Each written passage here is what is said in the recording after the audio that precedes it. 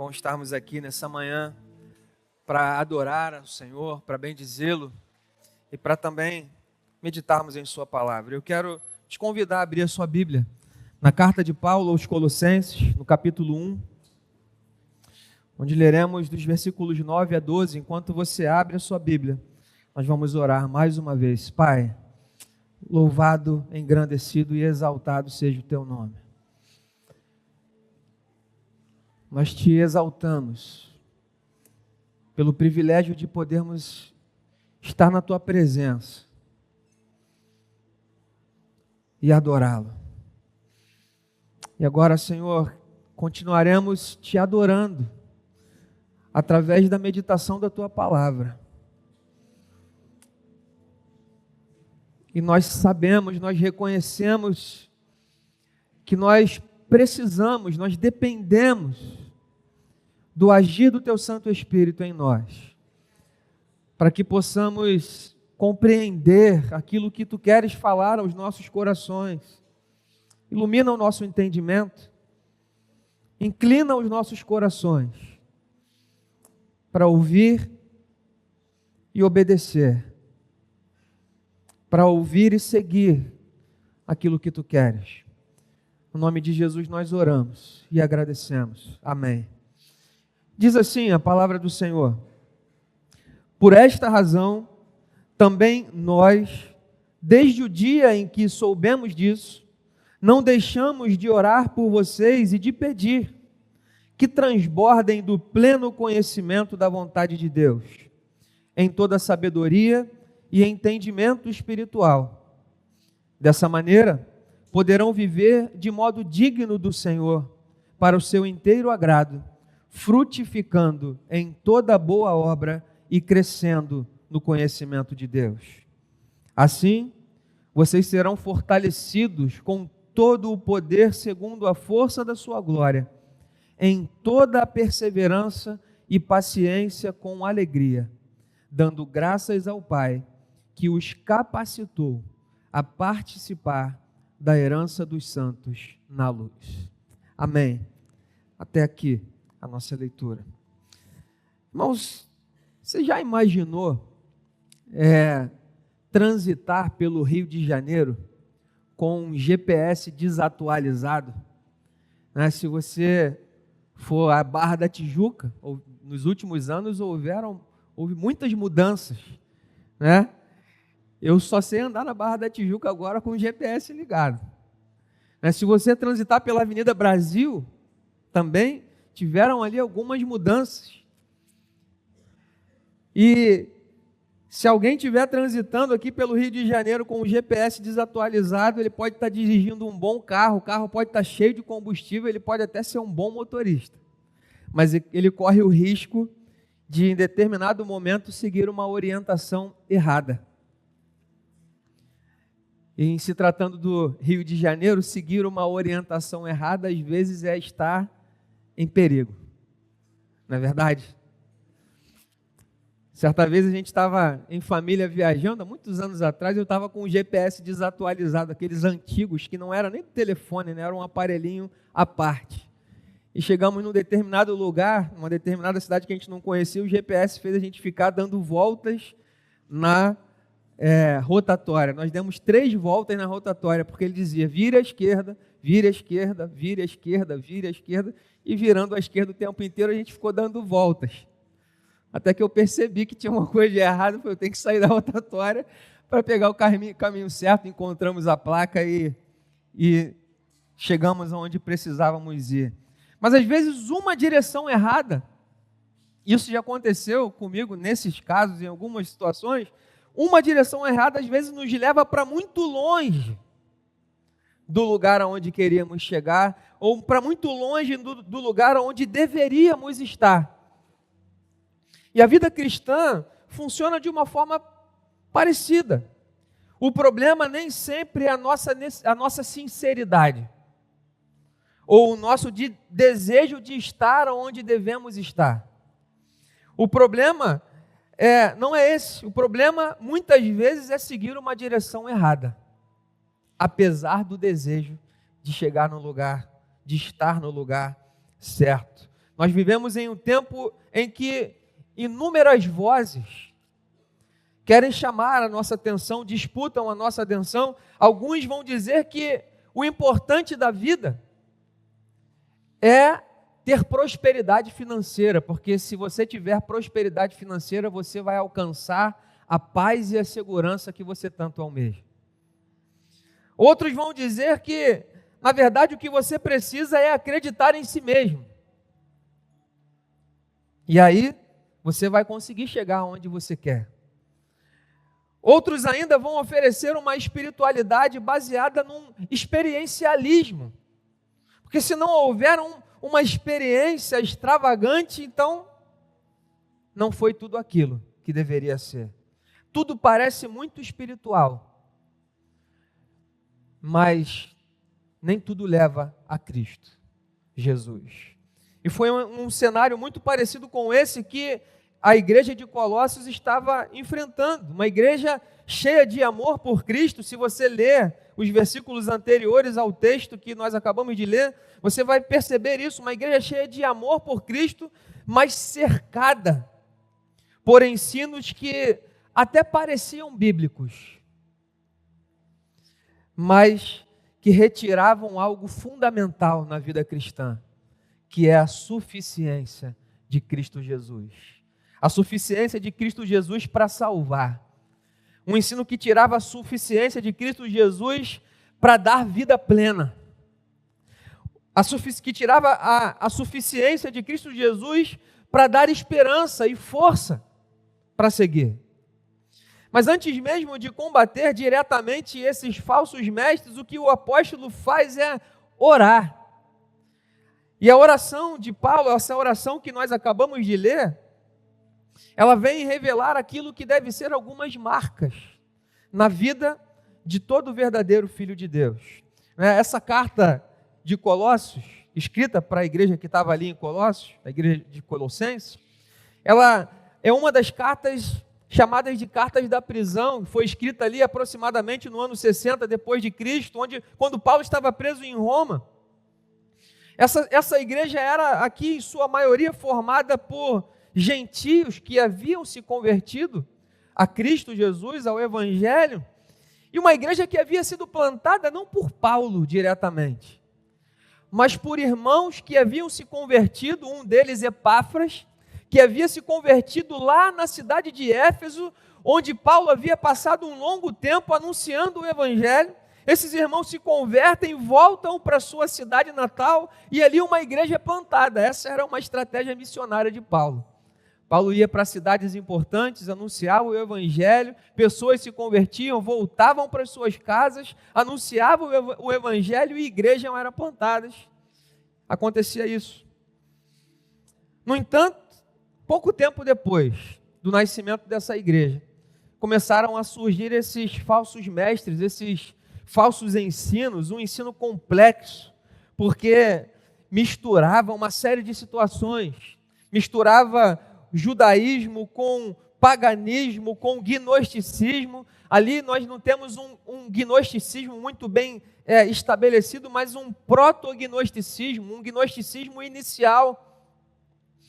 E esse ensino vinha propor que, para que alguém alcançasse uma vida espiritual verdadeira, superior, seria necessário acrescentar a Cristo a obediência às leis, às leis do Antigo Testamento. Se você crer em Cristo Jesus e você cumprir, você seguir ali, você obedecer aos dias, das celebrações, você seguir as regras, aí você está no caminho certo. Se você crer em Cristo Jesus e você também tiver algumas experiências místicas, se você crer em Jesus e você também cultuar aos anjos, você precisa crer em Jesus. Isso não era negado, mas havia a necessidade de ser acrescentado a Cristo algumas outras coisas. Se alguém quisesse ter uma vida espiritual superior. É por isso que o motivo principal de Paulo escrever a carta aqui aos Colossenses é justamente para mostrar que Cristo é suficiente. Cristo é plenamente suficiente para dar vida espiritual. Mas antes de combater, de refutar esses erros, Paulo ora para que esses irmãos sejam cheios do pleno conhecimento da vontade de Deus. É interessante, porque plenitude e conhecimento eram duas ideias muito interligadas nesses ensinos, né? Os gnósticos ali, aquele proto-gnosticismo, falavam do pleroma, que era um estado de plenitude. Mas falava-se que para você alcançar essa plenitude, você precisava da gnose, que é o conhecimento. E Paulo vem se apropriar justamente desses termos que eram utilizados por esses falsos mestres para mostrar qual é o verdadeiro conhecimento que leva à plenitude, que é o conhecimento de Cristo Jesus. Um conhecimento que não ficava apenas no intelecto. É desse conhecimento que Paulo vai falar. Não é um conhecimento que fica apenas na mente, mas um conhecimento que alcança o coração e transforma a vida. Um conhecimento que leva o ser humano a viver a vida verdadeiramente plena. E a vida verdadeiramente plena não é o que hoje você não vai ver ninguém falando, provavelmente, ou muito dificilmente, você vai ver alguém dizendo para você: olha, você precisa cultuar aos anjos. Muito difícil. Se você quiser ter vida plena. Mas as vozes vão dizer: você precisa ter sucesso, se você quiser plenitude. Você precisa ter performance, se você quiser plenitude. Você precisa ser reconhecido. Você precisa ter nas redes sociais muitas curtidas, se você quiser ter plenitude. Mas a vida plena verdadeira é a vida digna do Evangelho. É a vida para a glória de Deus.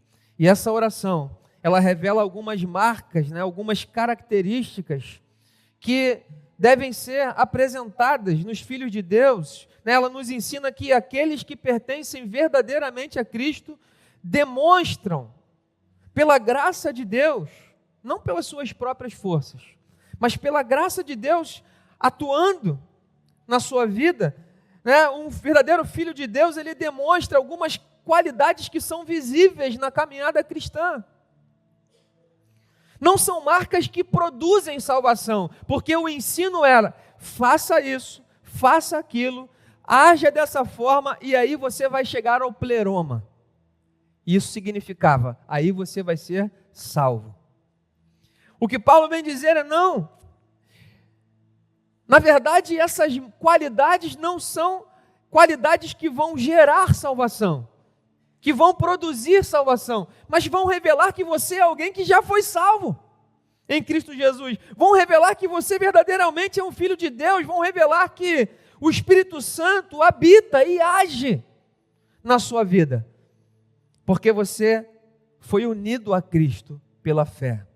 E a primeira marca, a primeira qualidade que a gente vê é que essa vida digna do Evangelho, essa vida verdadeiramente plena, é uma vida que é governada pela vontade de Deus. Olha o que diz os versículos 9 a 10. 9 e 10, vamos ler juntos? Os versículos 9 e 10 mais uma vez. Por esta razão, também nós, desde o dia em que soubemos disso, não deixamos de orar por vocês e de pedir que transbordem do pleno conhecimento da vontade de Deus, em toda a sabedoria e entendimento espiritual. Dessa maneira, poderão viver de modo digno do Senhor, para o seu inteiro agrado, frutificando em toda boa obra e crescendo no conhecimento de Deus. O que Paulo está dizendo, olha, desde que soubemos disso, esse disso é a notícia que Epáfras levou para Paulo, dizendo: o Evangelho chegou lá, e essas pessoas se converteram. O Evangelho chegou lá e essas pessoas amam a Cristo. O Evangelho chegou àquele lugar e eles creem no Evangelho. Mas há um falso ensino naquele lugar. E Paulo está dizendo assim: desde que soubemos disso, nós não deixamos de orar por vocês. Não é que Paulo já não orasse por essa igreja. Mas o que Paulo está dizendo agora é: nós estamos orando fervorosamente. Nós estamos intercedendo continuamente por vocês. Como nunca havíamos orado antes. E por que Paulo faz isso? Porque o apóstolo cria na comunhão da oração. É interessante quando nós olhamos os escritos de Paulo em outras cartas, e aqui também em Colossenses, é que em inúmeras vezes Paulo diz para a igreja: eu estou orando por vocês. Mas em determinado momento Paulo fala assim: orem também por nós. Paulo cria nessa comunhão de oração.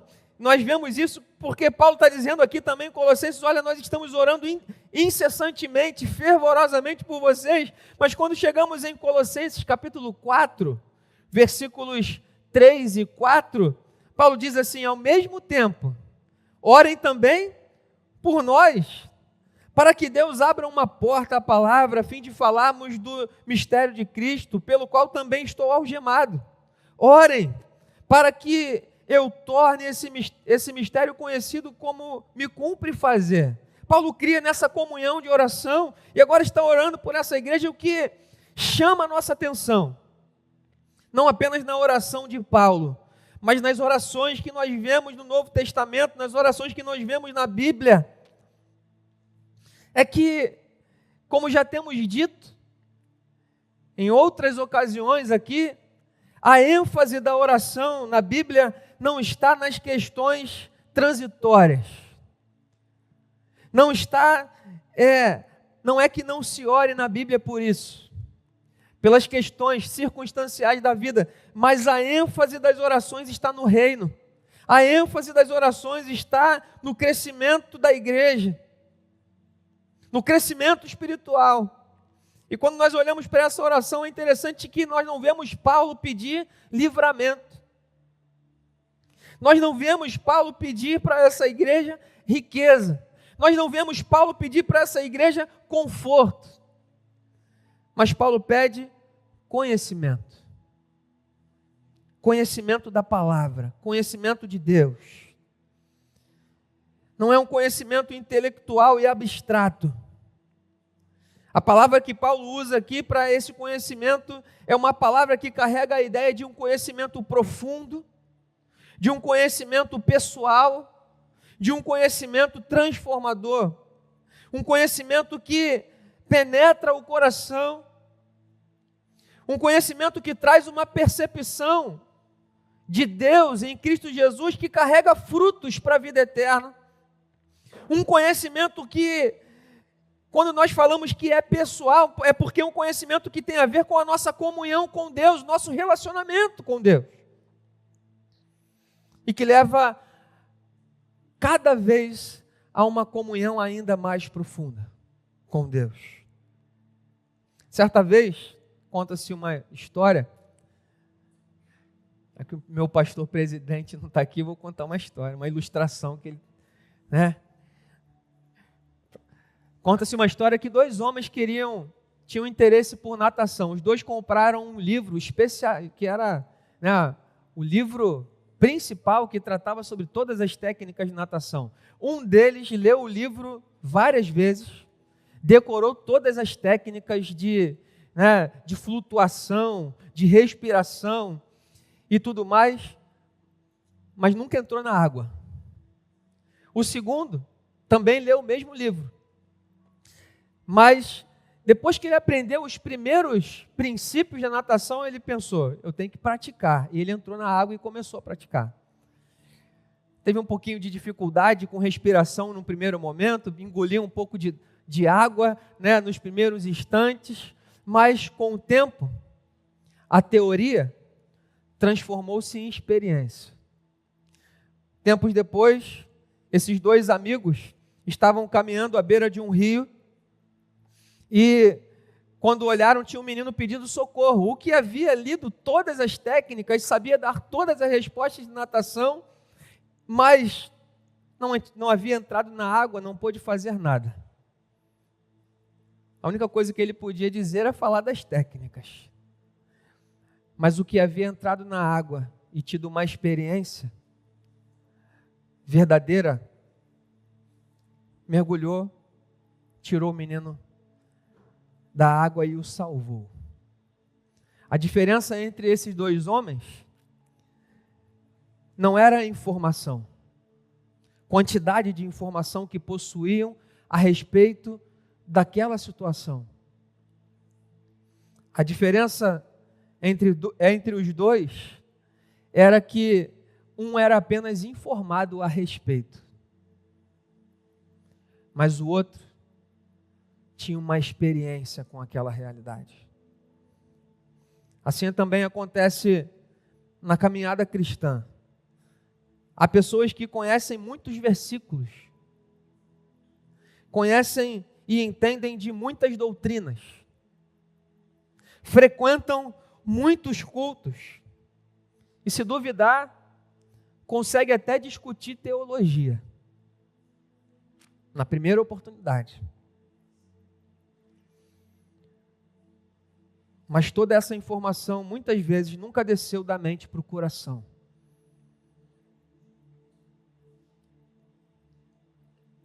Foi informado,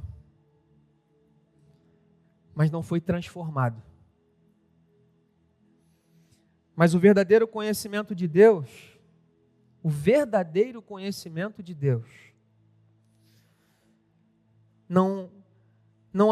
aumenta apenas, não nos torna apenas mais informados. O verdadeiro conhecimento de Deus muda os nossos afetos, muda as nossas escolhas, muda a nossa maneira de tratar a família, muda a nossa maneira de pensar, muda a nossa maneira de trabalhar, muda a maneira que nós nos relacionamos com os outros. Muda a nossa maneira de servir, a nossa maneira de viver. O Evangelho nunca foi apenas para formar pessoas mais instruídas. O Evangelho de Jesus sempre foi para transformar vidas em discípulos. O Evangelho de Jesus sempre foi para transformar pessoas e fazê-las mais parecidas com Deus, mais parecidas com Cristo. E é exatamente desse conhecimento que o apóstolo Paulo está falando, que está orando por essa igreja, é exatamente isso que Deus deseja fazer em nós.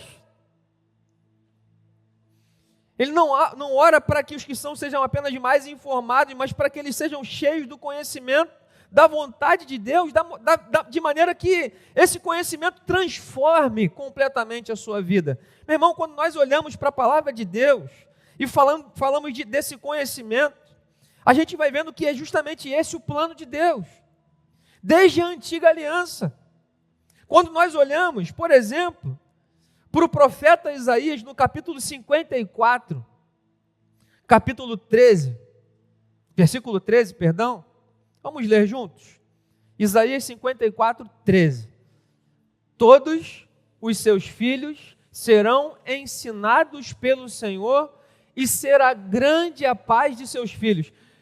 Isaías está começando a falar no seu livro a respeito da restauração de Israel. E quando Isaías vai falar da restauração de Israel, Isaías diz que Deus vai falando com Isaías e falando das suas promessas, e Deus diz, através do profeta Isaías, todos os seus filhos serão ensinados. Esse ensinados ali é a palavra que se refere a discipulado.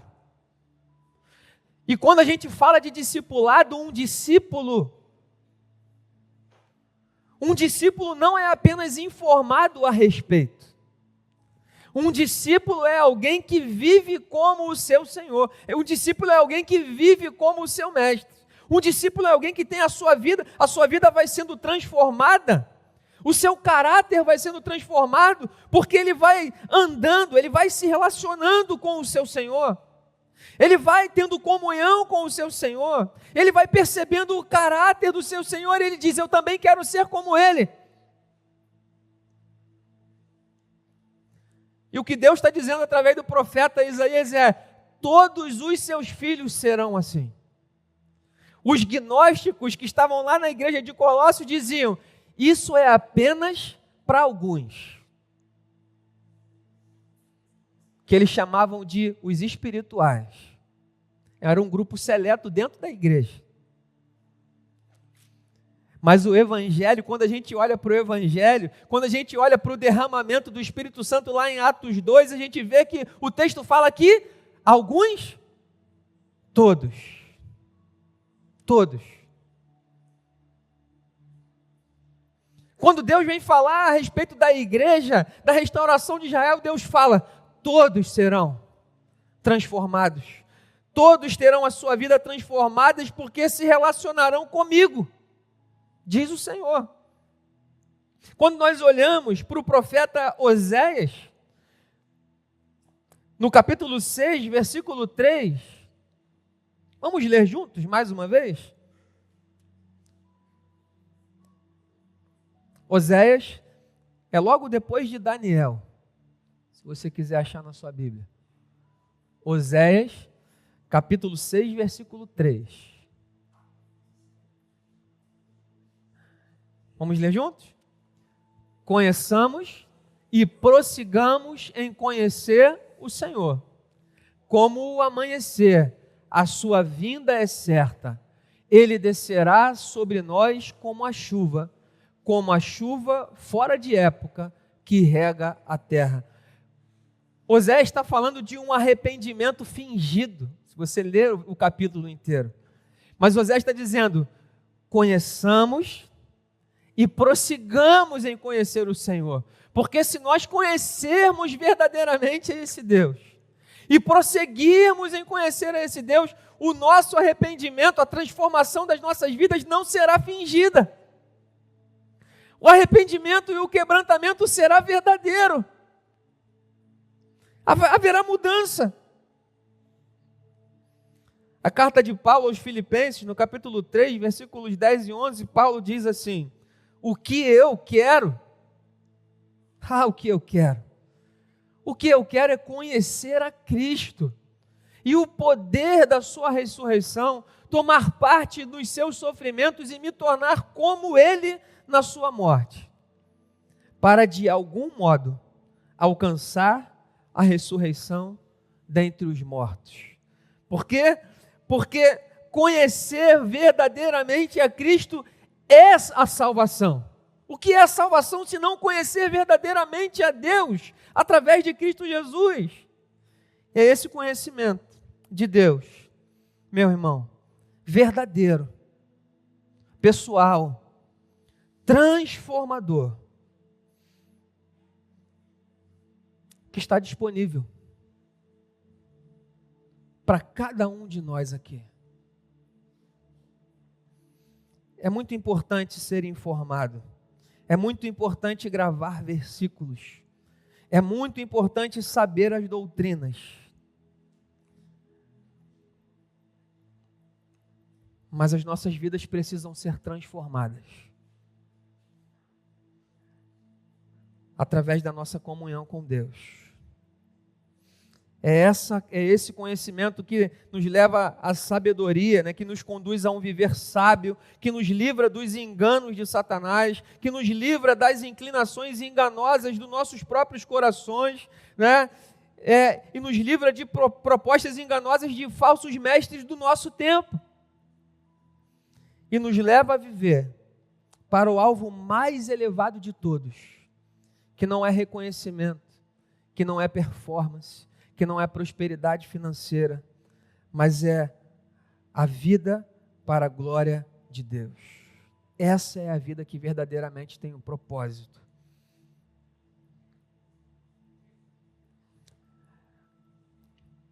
Segunda qualidade que nós vemos nessa oração é que uma vida digna do Evangelho ela é fortalecida pelo poder de Deus. Depois de Paulo orar para que os irmãos fossem cheios de conhecimento da vontade de Deus, Paulo faz a segunda petição. O verso 11 diz assim: assim, vocês serão fortalecidos com todo o poder, segundo a força da sua glória, em toda perseverança e paciência, com alegria.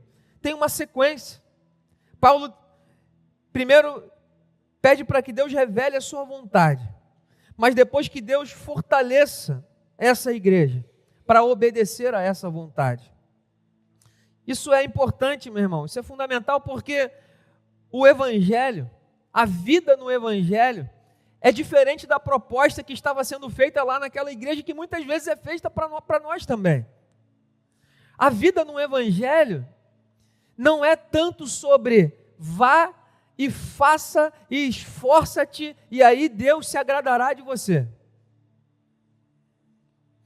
A vida no Evangelho é muito mais sobre você foi aceito por Deus, por meio de Cristo Jesus, e a sua força para viver uma vida agradável a Ele está em Cristo. A sua força para viver uma vida agradável a Deus está no agir do Espírito Santo de Deus, que foi derramado sobre a sua vida como uma promessa.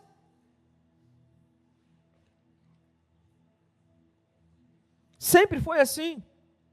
A vida cristã, ela não é sustentada pela nossa própria força. Quando nós olhamos para as Escrituras, nós vemos, por exemplo, que quando Deus chama Moisés para uma missão que para ele parecia impossível, e Moisés diz: eu não, Senhor, eu não sei nem falar direito, mas Deus dá a Moisés poder. Quando nós olhamos para a vida de Josué, que precisava substituir Moisés, que dificuldade, mas Deus o fortalece. Deus fala para ele: seja forte, seja corajoso. Quando Jesus chama os seus discípulos, ele diz e dá a eles a missão de continuar anunciando o Evangelho. Jesus diz: eu vou derramar o Espírito Santo sobre vocês, e o Espírito Santo vai capacitar vocês para essa missão. Quando Paulo escreve às igrejas, ele continuamente lembra que toda a suficiência vem de Deus. Olha o que diz segunda carta de Paulo aos Coríntios, no capítulo 3, versículo 5, 3 a 5, perdão. Segunda carta de Paulo aos Coríntios, capítulo 3, dos 3 a 5, diz assim: vocês manifestam que são cartas de Cristo, produzida pelo nosso ministério, escrita não com tinta, mas com o Espírito do Deus vivo, não em tábuas de pedra, mas em tábuas de carne, isso é, nos corações, e é por meio de Cristo, que também que temos tal confiança em Deus, não que por nós mesmos sejamos capazes de pensar alguma coisa, como se partisse de nós. Pelo contrário, a nossa capacidade vem de Deus. É exatamente isso que encontramos aqui. É interessante que Paulo ele usa aqui uma expressão poderosa, porque Paulo diz assim: vocês vão ser fortalecidos segundo a força da sua glória. Ele não diz assim, que Deus deu uma forcinha, que Deus dê um empurrãozinho para vocês viverem assim. Ele diz, de acordo com a sua glória, né? Diz o versículo 11. Assim vocês serão fortalecidos com todo o poder, segundo a força da sua glória. O segundo a força da sua glória é algo poderoso. Imagina, se você pede uma ajudinha financeira a um bilionário, uma ajudinha financeira pode ser R$50. Deu uma ajudinha. Talvez resolva alguma situação imediata ali, né? Mas se um bilionário decidir ajudar segundo o seu poder aquisitivo, é na proporção. É proporcional. R$50 não é proporcional para um bilionário. Quando Paulo diz assim, vocês serão fortalecidos segundo a força da sua glória, é na proporção do poder de Deus. E Deus é muito mais do que um bilionário, porque o poder de Deus é infinito, não tem fim. Deus é onipotente. E quando Deus ajuda segundo a força do seu poder, é algo extraordinário. É algo que verdadeiramente faz a diferença. É algo que verdadeiramente capacita. E essa capacitação vem acompanhada de perseverança. Perseverança é lidar com circunstâncias adversas. É permanecer firme debaixo de pressão. É o atleta que continua correndo mesmo em meio ao cansaço. É o cristão que continua fiel mesmo quando as coisas parecem desmoronar ao seu redor. É a bravura de perseverar na realização da missão que foi confiada a Deus a nós, mesmo quando enfrentamos dificuldades, mesmo quando enfrentamos provações. É a recusa de sucumbir ao desespero diante das dificuldades da vida. Mateus capítulo 24, versículo 13, Jesus diz assim, aquele que perseverar até o fim, versículo 13. Aquele, porém, que ficar firme até o fim, será perseverança. A perseverança vem de Deus. Esse poder vem acompanhado, essa capacitação vem acompanhado com longanimidade. Perseverança tem a ver com circunstâncias. Longanimidade tem a ver com pessoas. Perseverança tem a ver em como nós lidamos com as circunstâncias. Longanimidade tem a ver em como nós nos relacionamos com os outros. É controlar a ira. É suportar, muitas vezes, pessoas que trazem alguma dificuldade para nós.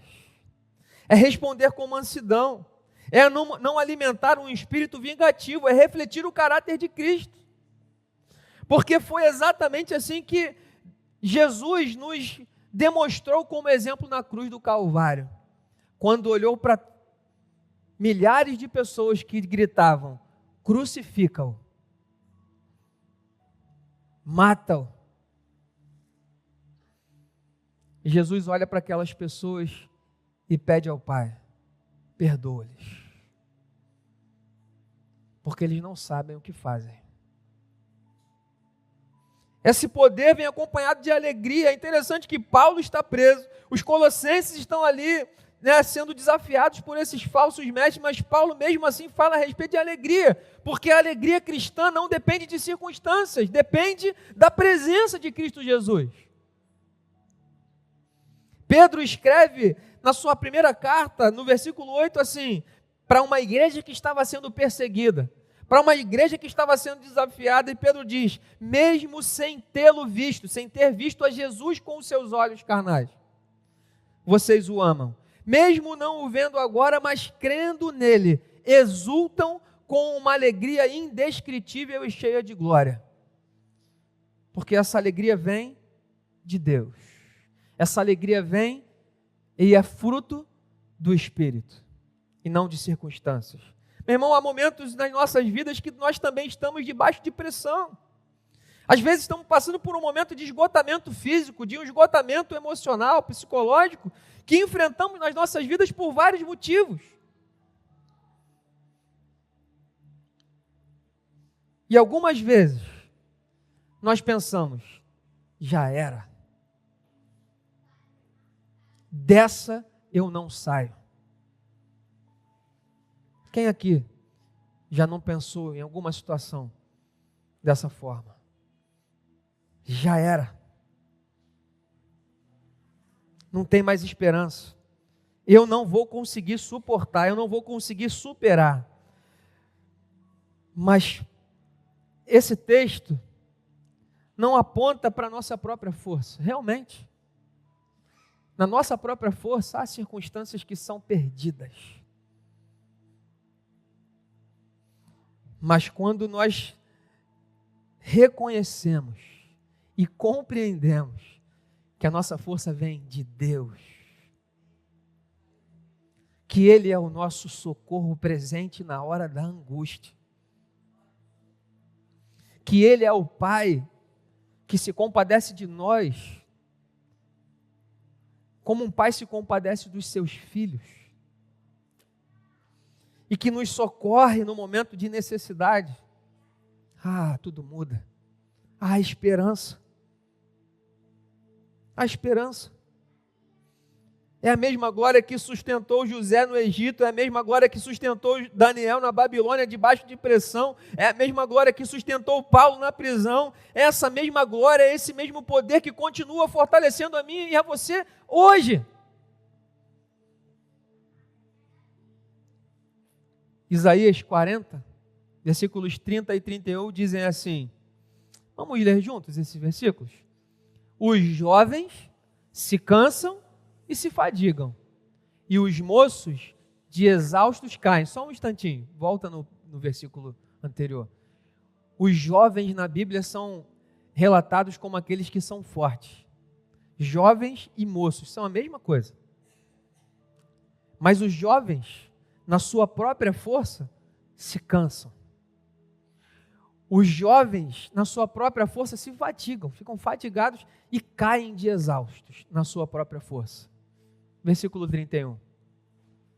Mas os que esperam no Senhor renovam as suas forças, sobem com asas como águias, correm e não se cansam, caminham e não se fatigam. Meu irmão, minha irmã, a sua força está em Deus. Os que esperam no Senhor são aqueles que reconhecem que a sua força está em Deus e podem ter as suas forças renovadas. Subir com asas como as de águias é andar altaneiramente acima das circunstâncias. Existem situações, existem forças que coexistem. Há muito tempo atrás, talvez essa você não tenha ouvido, alguns aqui. Mas eu já ouvi, que eu estou aqui na igreja há muito tempo, eu conheço meu pastor desde criancinha.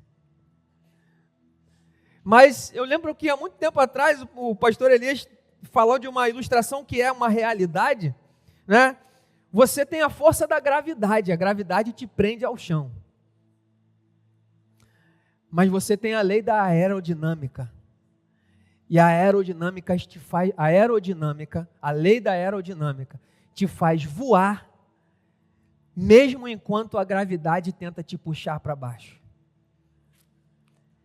É o poder de Deus que te faz andar altaneiramente, mesmo quando as circunstâncias contrárias tentam te jogar no chão.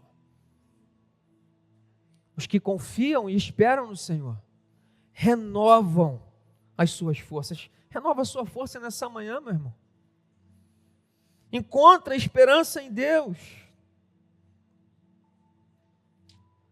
para que você ande altaneiramente. O Espírito Santo, ele não promete eliminar as circunstâncias, as lutas, mas ele promete nos sustentar em cada uma delas. E a terceira e última marca é que uma vida digna do Evangelho, ela é marcada por uma gratidão que glorifica a Deus. Depois de falar sobre obediência e perseverança, Paulo, esse texto nos leva a olhar para o céu, porque o versículo 12 diz assim: dando graças ao Pai, que os capacitou a participar da herança dos santos na luz. É significativo porque a vida cristã, a graça, ela não é só o início.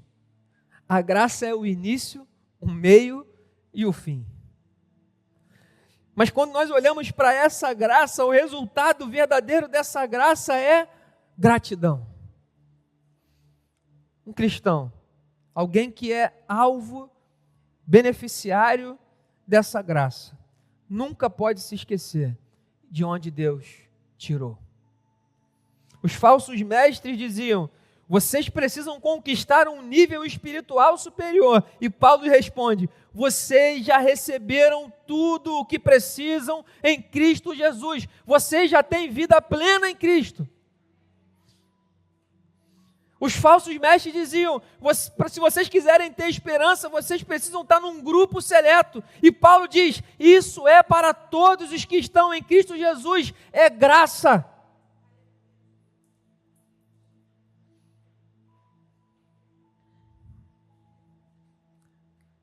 E é interessante também porque Paulo diz assim, quando Paulo diz que